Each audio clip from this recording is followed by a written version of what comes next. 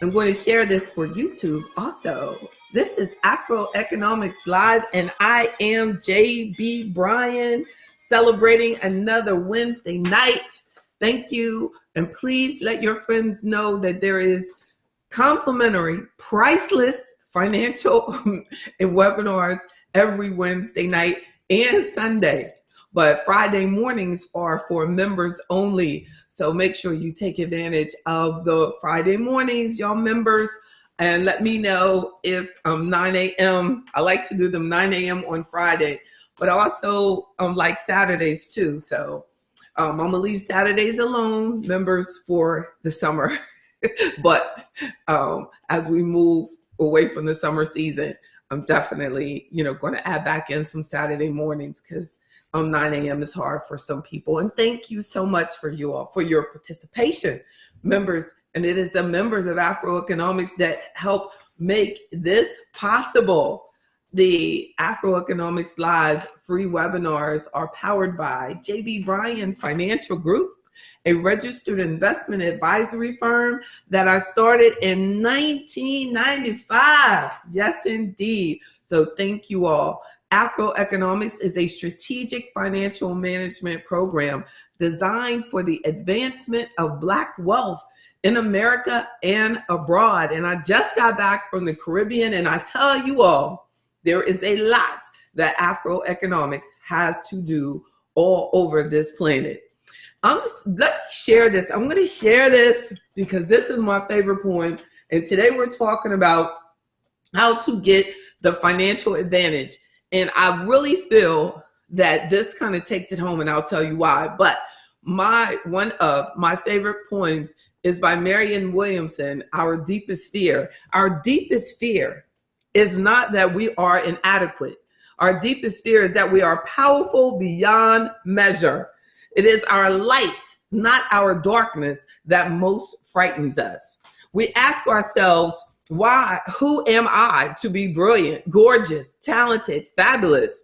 Actually, who are you not to be? You are a child of God. Your playing small does not serve the world. There's nothing enlightened about shrinking so that other people won't feel insecure around you. We are all meant to shine as children do. We were born to make manifest the glory of God that is within us. It's not just in some of us, the glory of God, it's in every one of us. And as we let our own light shine, we unconsciously give others permission to do the same. As we're liberated from our own fear, our presence automatically liberates others. As we discover our financial advantages, we will encourage others to explore and discover their financial advantages. Some of us don't feel that we're allowed to be rich. We are so accustomed to struggling, to being broke. I feel that a big part of my life changed when I started in, I think, 2017, refused to be broke. And I just really manifested that inside myself, because as entrepreneurs, we kind of develop that same attitude as the struggling artist. But what if the struggling artist says, I'm not going to struggle. I'm going to be an artist, but I'm not going to struggle. I'm going to be an entrepreneur, but I refuse to be broke. We do not have to fall victim of the stereotypes of what usually happens to people like us, of the circumstances that happen to us in life. I think about sometimes the things that I have been through, the list of situations and things that have happened that I could easily have said I'm a victim and be talking about what I used to have. But I said, I have the right, in spite of all of that, I have the right to be a Black person, a Black woman who starts the first registered investment advisory firm in my area. I have the right to do that, even though no one else did. You have to give yourself the right to pioneer. You have to give yourself the right to go into New York, even though no one else has done it and you don't know anyone else there. You have to give yourself the right to go into DC and take your firm there. You have to give yourself the right.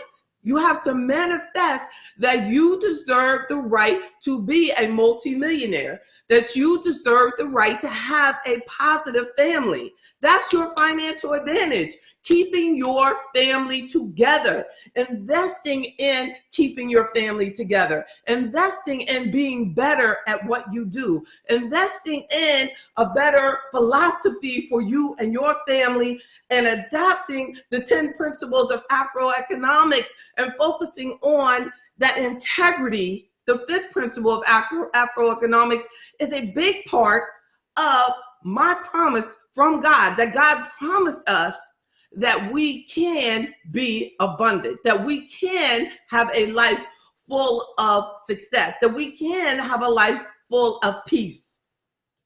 That was promised to us, and that we don't have to limit us. So when I talk about the financial advantage as something, I want us to know that it is within us. It's not all outside of us. It's what we change in here that allows us to benefit from the stuff that happens to us. I've been working and hustling since before I was a teenager. People say when they were a teenager. No, I started doing newspaper routes and stuff at 10, 11 years old, when a girl wasn't doing that. But I always had to have my own money. There were 4 of us, and it was scattered, and I was the youngest, and there was nothing left when it came to me. It was like, I don't know what you're going to do, but you're just going to go and do without. And I didn't want to. And most of my motivation was always having something so that I could give something to somebody else. I like the ability to give. And if you're not doing anything, you're not acquiring anything, you can't help anybody. The best part of my success is that it allows me to help other people. I love the fact that when I'm able to make payroll, I love it.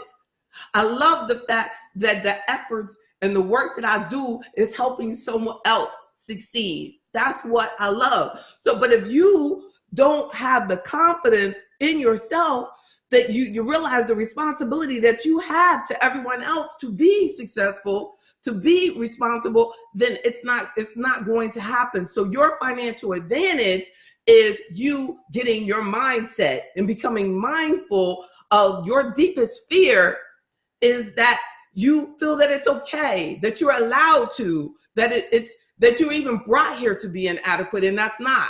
No. Your deepest fear is that you actually know how powerful you are and you try to hide it from you. You know how rich you are. You know how successful you can be. And you'll say things like, well, I really don't need all that. You didn't even say I don't want all that. You said I don't really need all that. That need is a big word. So you need to be very careful what you decide that your family does not need. Make sure that everybody else agrees, right? Because your effort many times impacts a lot of other people. You've made some decisions that have impacted the lives of other people, and make sure that you realize that you're responsible not just for yourself. I am responsible for you. I am responsible for your success. Your success is very important to me. That's a responsibility that I have adopted, that I've taken on because I want to, because I feel that I'm worthy of making sure that you reach your financial goals. That's a blessing. That's a blessing to me. So let's look at how to get your financial advantage. 1, I said, change the way you see yourself. Decide that you're not broke. Decide that you're worthy of wealth. Decide to be wealthy. First, you have to change the way you see yourself, and that will become one of your financial advantages. A second point is that you have to start being in a rush. Stop pausing. Stop thinking that it's okay to say, I'll get to it later. You have to say, I'm in a rush. I got to take this chance. I got to do this now. Tomorrow's not promised. So let me go and get this information right now. Let me join now and get my goals straight and get some help with how my investments should be set up. Let me do an insurance analysis and make sure that I have things okay. So be in a rush for your financial success.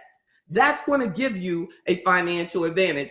Every day, wake up running, going at it, getting to what needs to be done in order to reach your ultimate level of financial success. And my third point is to stop focusing on things or people that do not help you grow financially. Stop focusing on things or people that do not help you grow financially. Wasting your money on gambling does not help you grow financially. Wasting your money on anything that is not going to produce or grow as an asset, is a bad habit. That is, you're focusing on the wrong thing. Refocus. Stop focusing on things or people that do not help you grow financially. But grow is good enough. Because if they're hurting you in another area, they're also hurting you financially. My fourth point is to dream big and sacrifice big. I have big dreams, and I'm willing to sacrifice big to reach my big dreams. Are you willing to? Because a lot of people have big dreams, but so first I just wrote down big dreams, to just dream big. Like, as I told you, overestimate your financial goals. I have that. Check out that video. Oh, that's old news. But so we're overestimating our financial goals. We're making them big. We got big financial goals. We're dreaming big. But to whom much is given, much is required. We got to be prepared on what sacrifice is going to be necessary in order for me to get this dream. Now, when I was in the Caribbean, I realized how much I love my work. I was like, wow, this is nice to be able to do this work. And a radio station, WOL, Carl Nelson show called me. And Carl was like, you're going to do it from the Caribbean? I was like, oh yeah, I'm good. It was nice to be in a different setting following my dream.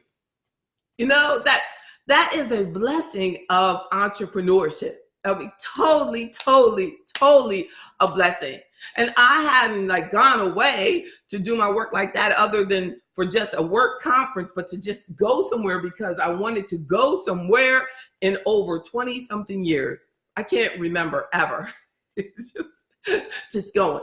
But it's because I love what I do. So to think that, to some people, they view it as, oh my God, you've never taken a vacation, which I don't even like that word. That's like, that in over 20 years, Lord, what's that mean? That means I really love what I do. That's what that means. My life is a vacation. So when I say sacrifice, I just want you to realize that you got to do what you got to do in order to reach these big dreams. And the word sacrifice is something that most of you can relate to. But is it really a sacrifice when you want to reach your dream? Not to me. A fifth point is to maximize what you have. Your financial advantages are all around you. You're blessed. You got all this stuff. You could probably sell all the stuff in your house that you don't use and make a month of your household expenses just off selling on eBay or doing a yard sale of the things in your house that you don't use. Maximize what you have. So many people have not even looked at their current investments in order to make sure that they're maximizing the money that they already have. Because a lot of people come and they go, oh, I want to buy something else. And I always say, well, you know what? I need to figure out what you got. We need to really analyze what you have. You deserve, because we've been oversold, overswitched, overchurned as a community. You know, people just walking and go, oh, that's terrible. Move it over here. Oh, that's just horrible. Move it here, move it here, move it here. So everybody's making money except for us. It's time for us to figure out first, what do I have? You know, what did you put me in the first place? What did they put you in? And get a key understanding of what you have, maximizing what you have, and understanding that sometimes what you have is horrible and it is necessary for you to make a change. But if you do, you need to understand why. Not because somebody put fear into you, but we need to take complete control and understand everything that we're doing with what we have, maximizing what we have. Stop consuming and start investing more. We buy. I did a video, an interview, and I shared the video with you all, a live interview yesterday on CBS WTVR in Virginia on consumer confidence, because 2/3 of the American economy is from us buying. This whole country depends on us buying. I wonder what percentage of that 2/3 actually comes from our community. A lot, right? Because we're consumers, we spend a lot. You know, we don't, but I want us, and I hope you checked out the video. The point is that your confidence is probably higher than it was 10 years ago. But what are you doing with that confidence? Are you focusing on, I want to invest more, I want to save more? Or are you being a tool, a slave to the system and just buying more like they expect you to do? Buying just unnecessarily, going into more and more debt. We're not going to do it. We're not doing it. Stop consuming, start investing more. My 7th point is to get out of your comfort zone, right? I had to work in my DC office, and it's about an hour and a half from where I am working on Thursday. And I said, I'm going to ride my motorcycle, because it's very important for me that I feel like I've been too comfortable. I'm going to get out of my comfort zone. I remember I used to drive all these luxury cars all the time, spending all this money on these useless luxury vehicles. To me, now that's not to everybody. Now there's some people who really get off on luxury cars, and I'm not saying that, you know what I mean, that can be your big dream, that can be your big thing. But to me, it was making me weak and too cushy, you know? So I was like, I want a Jeep Wrangler. And when in the Jeep Wrangler, it's stick shift and it's cheap and I own it. You know what I'm saying? And the other day I was thinking to myself, like, how long am I going to drive this thing? It's like, I love it, but it is rough. It is a rough ride, but it keeps me out of my comfort zone. Because when I used to be in my Benz and my S500, and I sit back and I just was like, just lazy. And it was taking all that money to get. I was a consumer, and you think about all that money that I was spending on these cars. There was a point that I had probably 2 Mercedes at the same time and a Lexus and all this stuff, just consuming. I had to get out of my comfort zone. I just said, I want to be debt free. I don't want all of this crap, and I want to just grind. I want to grind, and I want to save, and I want to, just walk like I talk. I want to be an example of everything I tell you to do. Right? Because too many times we have examples that are telling us what we need to do, and then they're not doing it. So I can't have anything, one of my tips also, no person, nothing that is blocking you from being all that you're supposed to be. Get out of your comfort zone. Does everything, it says everything that you have, does everything that you have, are you just surrounded by feel good stuff? Is everything just about how you make sure that you feel good? And that generally means that you're not growing. There's no financial advantage there. It's just stuff. You're just in stuff accumulation mode, not in growth and things and building. And you've got to spend, sometimes you even think because you're 70 years old that you have the right to just consume, that you don't have the need to just grow. But do you realize that if you're 70, it's highly likely you might live like past 80, like to 100 years old, because you lived that long already. That's past the average, like, especially for a Black person, you're doing really good. You're 70 years old. So you might be looking at 100. So you've got to realize that you don't need to be so comfortable. You need to be growing as well. Get outside your comfort zone. And especially those in your 20s. I mean, so many people in their 20s, like, they really think that they should be comfortable, that everything just should be cushy and perfect and comfortable, and they shouldn't have to work all the time. And, they get mad. And when they get these 2-3 week vacations, they're like, oh, I got to go back to work. What are they talking about? So how do you think that you get this and that? Like, you just get this and it doesn't require any of that? No, be bigger than that. You deserve more than that. You deserve more than just spending your life as a slave to the comfort zone. Get out of your comfort zone. Do what you got to do to change your situation, enhance your situation, and get bigger goals. And bigger goals will demand that you get out of your comfort zone. Get connected. My 8th point is that establish a financial team. I appreciate those of you who are consistent about participating in the webinar discussions, because I'm sure that no matter how much you just listen to me, your brain is going and you're thinking about something that you've got to do. Just being around the right thing. Think of yourself as a child. If you put your child, around the right thing, your child's going to do the right thing. Well, you're the same thing. You're still just a child. We still have to make sure that we're in the right thing. If you're trying to take care of yourself and you're constantly putting yourself in toxic environments that are full of toxic foods and stuff that you're allergic to and bad for you, and you just put yourself in that setting, at some point, you're going to fall victim of it. So why put yourself in there? Surround yourself with a team that is about your financial success. And that's what I hope we're building with AfroEconomics. And the 9th point is confidence. Confidence gives you a financial advantage. Confident people make more money.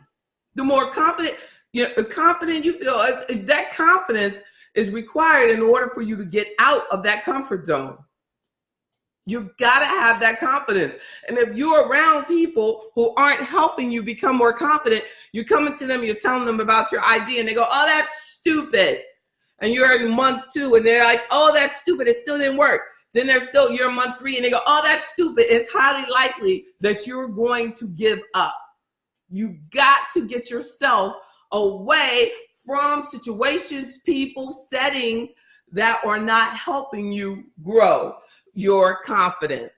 Confidence gives you a financial advantage. And then my 10th point is take responsibility. You take responsibility. Your financial advantage is you taking complete responsibility for your financial life. Not running around trying to blame it on somebody else, going to sit down with a lawyer, explaining them how horrible and what somebody did to you. And this, remove your expectations of what other people are going to do for you. Totally remove it. Equip yourself with what you can do to make sure that those big goals that we set can be established. Right?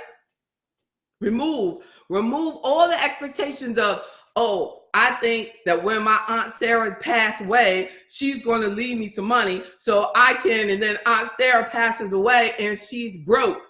And you didn't even know that because you just thought because Aunt Sarah had all this stuff that meant that Aunt Sarah had money for you. No, you've got to take complete responsibility for you, your financial success, and your family's financial success.